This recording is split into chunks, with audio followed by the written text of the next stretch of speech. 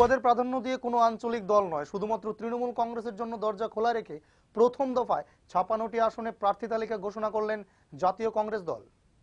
২০১৮ বিধানসভা নির্বাচন নয়, লক্ষ্য ২০১৯-এর লোকসভা নির্বাচন। আসন্ন বিধানসভা নির্বাচনের প্রার্থী তালিকা ঘোষণা দিয়ে এই কথাই বললেন প্রদেশ কংগ্রেস মুখপাত্র হরেকৃষ্ণ ভৌমিক।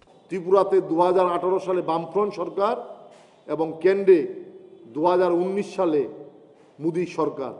পরিবর্তন শুধু আমরা ত্রিপুরাতে চাই না, পরিবর্তন চাই আমরা কেন্দ্র।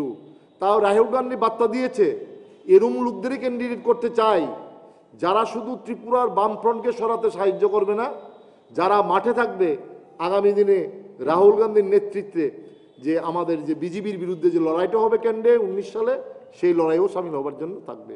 মিতালি, অতীতে ছিল কংগ্রেস TUGS জোট, এরপর কংগ্রেস INPT, পশ্চিমবঙ্গে আবার কংগ্রেস CPM জোট।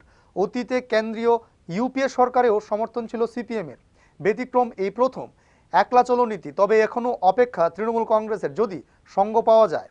ফাঁকা আছে আরও 4টি আসন।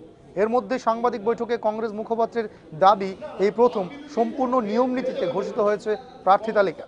আমাদের সব সেকশনের পিপুলটারে দিয়েছি, লিগেল প্রফেশনাল লোকরাও আছে, যারা লয়ার, কর্মচারী নেতৃত্ব আছে, যুব নেতৃত্ব আছে, এবং আমরা চেষ্টা করেছি একটা কম্প্যাক্ট রিপ্রেজেন্টেশন করার জন্য।